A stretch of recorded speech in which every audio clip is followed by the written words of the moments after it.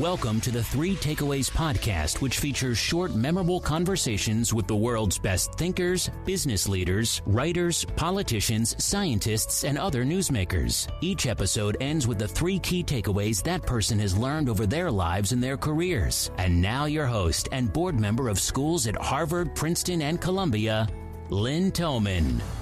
Hi everyone, it's Lynn Thoman. Welcome to another episode. Today I'm excited to be here with Angela Duckworth. She's a professor of psychology at the University of Pennsylvania, and she studies the character traits and habits which predict success. She has studied West Point cadets, National Spelling Bee finalists, teachers, salespeople, and students. At every place, she asked who is successful and why. In all these different contexts, a few characteristics emerged as significant predictors of success, and intelligence was not the most important characteristic. I'm excited to find out what these character traits are and how we can nurture them. Welcome, Angela, and thanks so much for our conversation today. Thank you so much. I am really looking forward to it, Lynn. I am as well. It is a pleasure. What got you first interested in thinking about what it takes to succeed?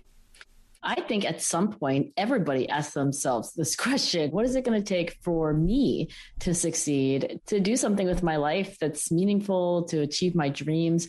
I was no different from anyone else. I was ambitious like everyone else. Growing up as a little girl, I think I had an extra dose of interest because my dad in particular was really interested in achievement and high achievement, really at the highest levels. So Nobel Prizes and the Olympics and Pulitzer Prizes. And anytime there was something where it could be said that the person was the very best in the world at what they did, my dad was fascinated.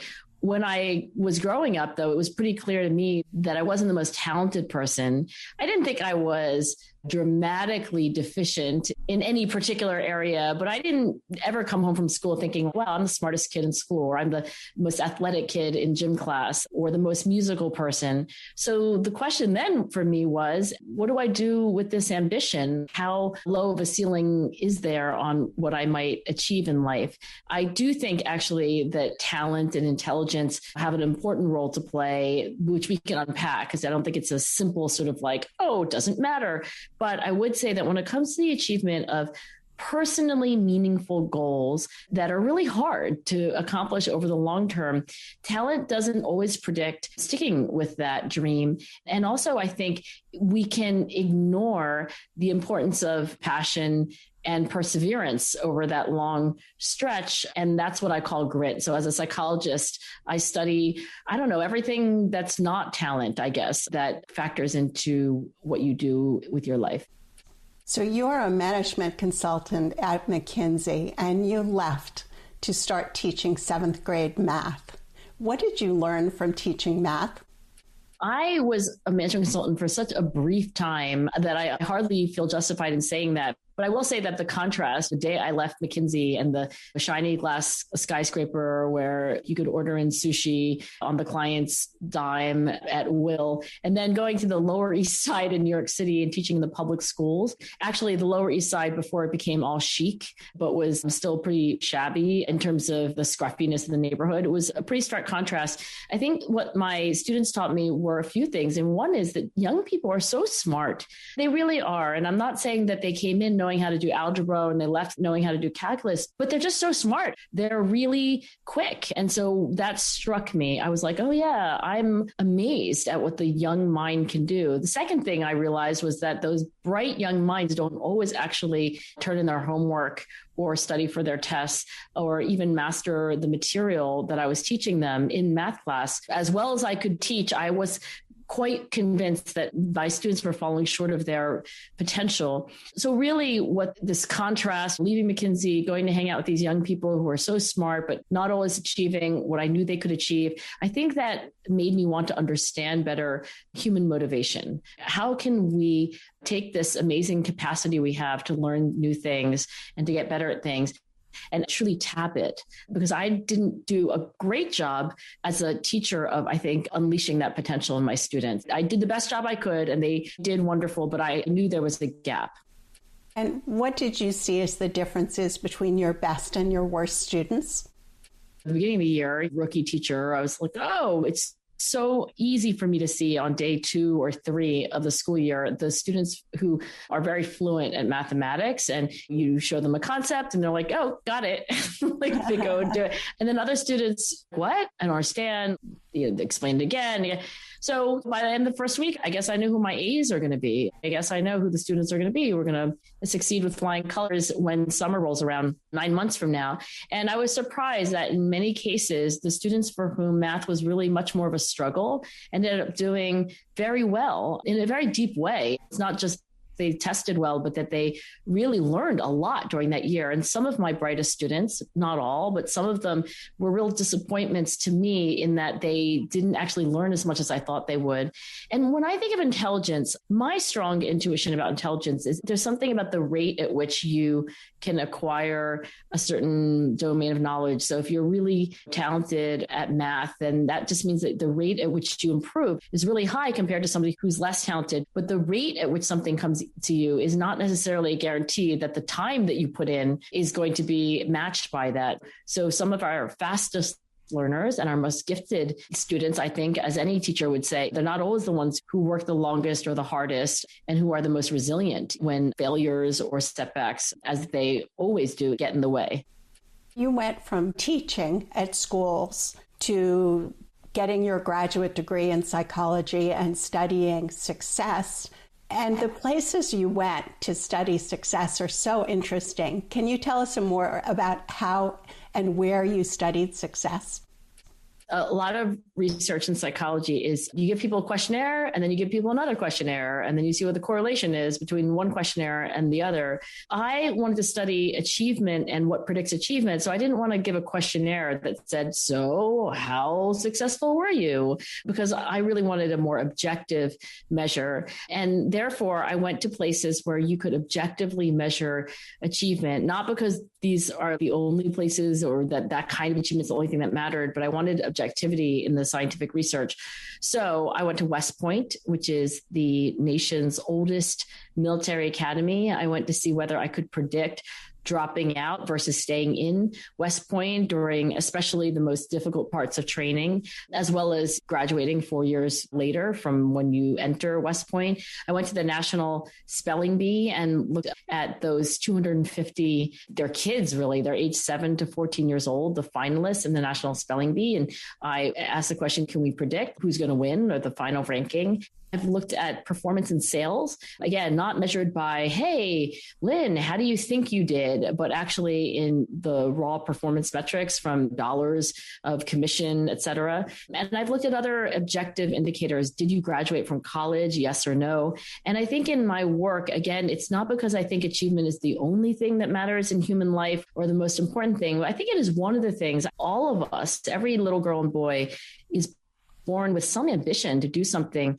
with their time on the planet. And if you do want to study achievement, I think it's best studied without relying entirely on self-report questionnaires.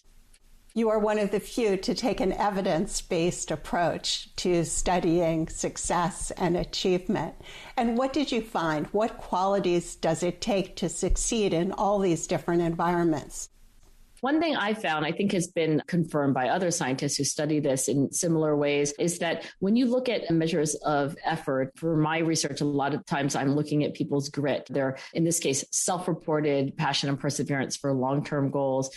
And you look at how that predicts long-term achievement, but you also look to see how it's measured up against or how it correlates with talent. Here's what I find, that measures of effort like grit are not very correlated with measures of talent. In other words, if I know about Lynn that she's really gifted and talented at something, I'm not going to be very good at predicting how much time Lynn will put in to her practice and how long she'll stick with it. You might have thought, at least I did when I started doing research, that really talented people should be the hardest working and the most resilient because, gosh, every hour they put in, they get so much out of. Why aren't they the ones who are there early to practice, last to leave? So talent and measures of effort like grit are pretty independent. That's one big takeaway. And I think that helps parents and coaches and leaders and really all of us understand that your potential or how quickly things come to you is one thing, and what you do with it, how much you apply that and make use of it is quite another. And the second major discovery is that these measures of effort, including grit, really do make a difference. And so it's not just a talent game. It's not just that we need to measure early aptitude, but there is something important. I think the more challenging the goal, the more meaningful the goal is personally, the longer it takes to achieve. If we're talking about graduating from college, which takes between 4 and 6 years in the United States, or earning your PhD, or building a company, or for the many people who in the last year have become especially interested in social justice issues and so forth. These are not goals that submit to one all-nighter or even 2 sprints of a lot of effort. It's really a long game. And I think there, especially, effort really matters enormously.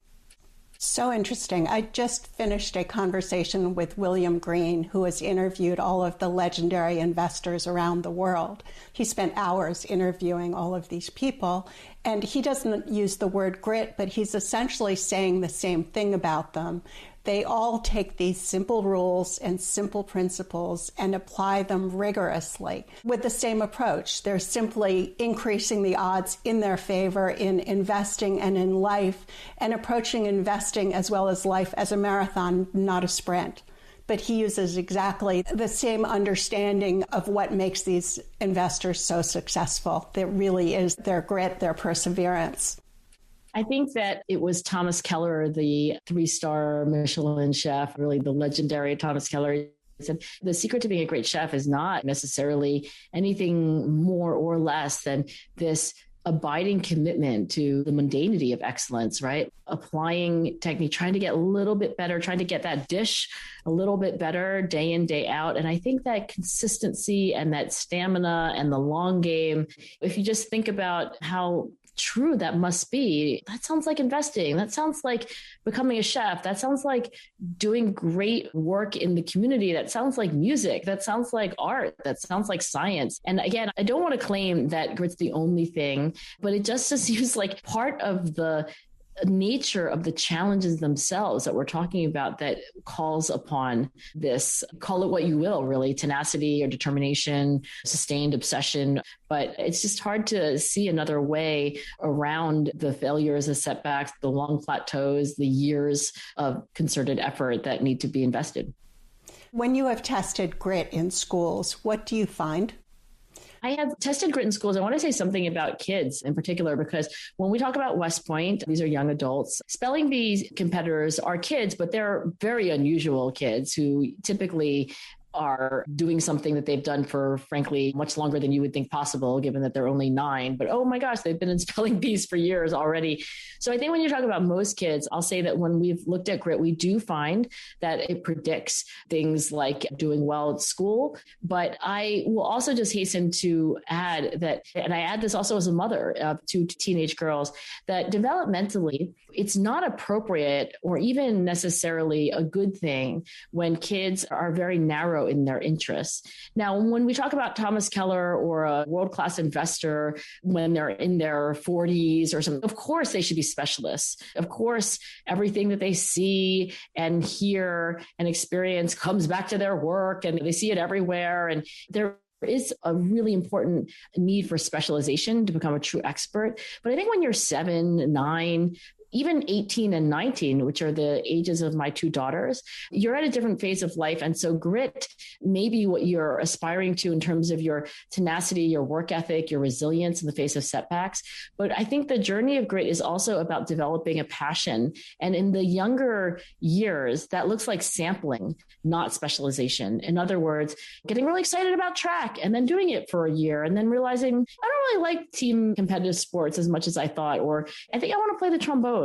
And then doing that for a year, and then maybe realizing that you like it more than you thought and doing it for another year. But the message for parents, especially, I think, has to be that if you would hope that your young daughter or son grows up to be gritty, then you have to let them quit things. And in fact, I think often students, children need a little encouragement. My own daughter, Lucy, started playing the viola when she was in elementary school. And in our family, we had a rule that everyone had to do something that was hard. We call it the hard thing rule. And I instituted it with my husband because we thought they needed to learn some grit. But we always told them you can always quit things at the end of the season or the end of the semester. Now, Lucy, after a few years of doing viola, was so reluctant to quit because she felt like it would be like wasting all the effort she put in.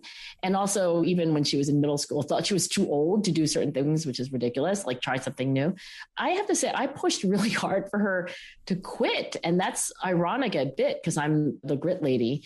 But the reason I did that is that it was so clear to me that she didn't really, truly, intrinsically enjoy it. She loved her teacher. And she loved being able to get better at something, but she had no interest in music. She didn't listen to it much, certainly not classical music. She no interest in going to concerts, didn't want to read about any famous violists, didn't get all the joy that I think eventually we need to find in our work to be sustained. So I want to say that yes, grit predicts the things that you would expect in childhood and adolescence, but I think developmentally, it's much more important as parents that we encourage our children to sample widely and to learn about the world and to learn about and develop themselves and their interests. What are the do's and don'ts of building grit and perseverance at different ages and stages of people's lives? I think one of the big do's is to be an intentional role model. I think by now, most parents and mentors, I think there's so much overlap between everything I say about being a parent and being a manager, a director, a CEO, an executive director. So you can think of yourself in this role because all of us are playing some role like that for a younger person. By being an intentional role model, not only are you setting an example, but you're being thoughtful about that. For example, in my own lab, when I get rejected from a science journal that I've applied to submit a manuscript to, I could do two things. I could keep it private or I could share it widely. And I try to share it as widely as possible to show my students I'm not perfect, that there's 4 single-spaced pages about the ways in which I'm apparently not perfect, and to model for them my response to that, which is not perfect. I model for them like, oh, I'm really mad or I'm extremely discouraged. But then I model for them 2 days later, I printed it out and I took a pen and I underlined the parts that I agreed with and I crossed out the ones I didn't. So I model with them the getting back up again and the learning. I'm a model, you're a model, everyone's a role model. But I think some intentionality, recognizing that we're a role model, doing things a little more deliberately. That's the most important thing I can say at any age. That's what people need. They need to see the full picture of what other people are doing to learn from them.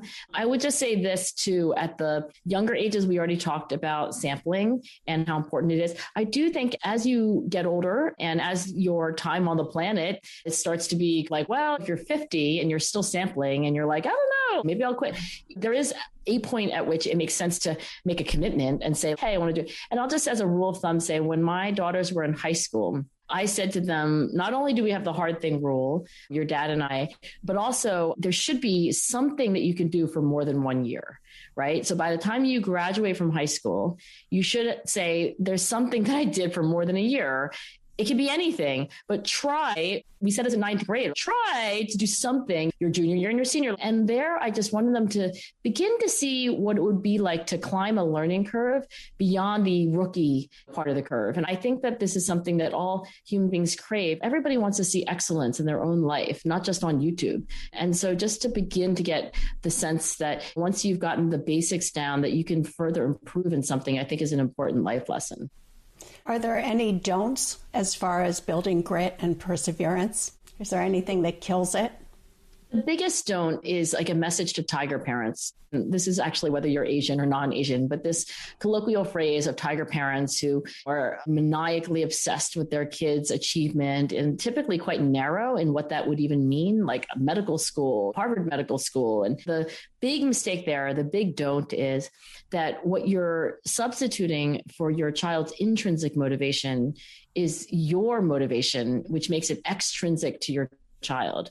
And to all the tiger parents out there who occasionally email me and ask me questions about how they can get their kid to play piano even longer, or why can't they get their kid to study even harder, I want to say to them that nobody that I have studied who is truly world class at what they do is extrinsically motivated. They are intrinsically motivated. They have to want to do what they're doing. They have to be personally interested, and they have to feel like it's an expression of their values, not their parents' values or their neighbors' values. That is a common mistake. And I don't think it's an exclusively Asian mistake to make, even though the term is tiger parents from the, I think, Amy Chua book, who, by the way, I've been told by people who know Amy Chua well, she herself isn't even really a tiger parent because she's very encouraging of her two daughters to pursue what interests them. And she is, actually. I had a conversation with Amy on an earlier episode. She's terrific. Can you tell us, Angela, what you're currently working on or what you're going to be working on next? I've been wondering, my older daughter, who's 19, said, I wish there were a class in college that would help me be a better person. And I thought that was such an interesting question to ask. Grit is very narrowly about achieving your own long-term goals. But there has to be much more to being a good person than that. Imagine, and you don't even have to imagine, you can just think of the people who are really gritty, but have done horrible things in the world and set back other people from their goals. So I think there are three dimensions of living a good life. Maybe one of them, and the least important, is achievement, getting things done. You could call these strengths of will, like being self-controlled and gritty and proactive and so forth. But there are two other dimensions that I think are more important to being a good person. One is having a really wonderful life of the mind, being an independent thinker. So you could call these strengths of mind, but these would include imagination and curiosity, creativity, intellectual humility, judgment, decision-making. I think a lot of the people you've interviewed on this podcast would be considered world-class experts in that. And that, to me, in a way, is what it means to be free, to really be able to think for yourself. And then the most important dimension, the third and last, I'll say, these are the strengths of heart. This is generosity and gratitude, honesty and integrity, having some empathy for other people. And these are all about interpersonal relationships. I could also argue that having a sense of social purpose, that your life would contribute to the greater good in the societal sense. So strengths of heart, strengths of mind, and then lastly, in third place for the bronze medal, strengths of will. I think collectively, this is what it means to live a good life and to be a good person. I think this is what Aristotle meant by character. So what I'm working on now is trying to put together everything that's been discovered scientifically about those three broad families of character strengths. And so I'm trying to see whether this is like tilting at windmills. It's too big. It's like nobody could ever do that. Or whether we could really boil down the essentials so that my 19-year-old daughter and that other people could benefit by understanding what's the highlight reel from scientific research on living a good life. I can't wait until you do that research. That sounds so interesting. Before I ask for your three key takeaways, are there any other topics or is there anything else you'd like to discuss that you haven't already touched upon? No, I think implicit, though, Lynn, in this conversation is that I really like science. I know we both love data and evidence, and our grandparents did their best job raising our parents and all the way back to our longest lived or farthest reaching back ancestors. But the wonderful thing about the young people growing up in the 21st century is that there really is the scientific method applied to these age-old questions of how do you become a grateful and humble person? Where does confidence come from? Where does empathy come from? And how do I become more caring for my fellow neighbor? And these are not just philosophical and religious questions. They're not just questions that you can read poetry about or ask your grandmother what worked for her. They're also questions that you can ask using random assignment controlled trials and quantitative research methods. And that's, I think, what excites me personally as a scientist. And also, I think, what might define the leap forward for the new generation. Angela, what are the three key insights or takeaways you'd like to leave the audience with today?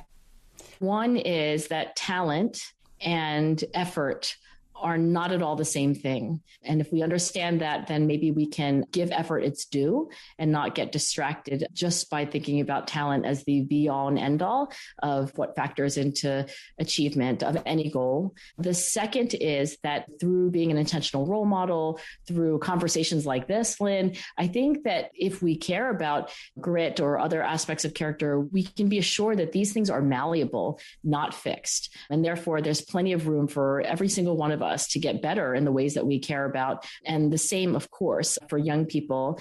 And then finally, I want to make sure that everyone knows grit is not the most important thing there is to be. For my own daughters and for myself, I think honesty and kindness, the strengths of heart that I mentioned, are much more important, and arguably strengths of mind, an openness to new ideas, a humility about what we know, wise judgment, and so forth. And then lastly, I do think grit does matter. And I'm very intent on making sure that we don't get the bronze medal position confused with the gold medal and the silver medal positions. And that most important, we understand that character is plural and that living a good life means not one thing, but many. Angela, this has been terrific. Thank you so much for our conversation, and thank you for all of your work. Thank you, Lynn. I very much enjoyed it.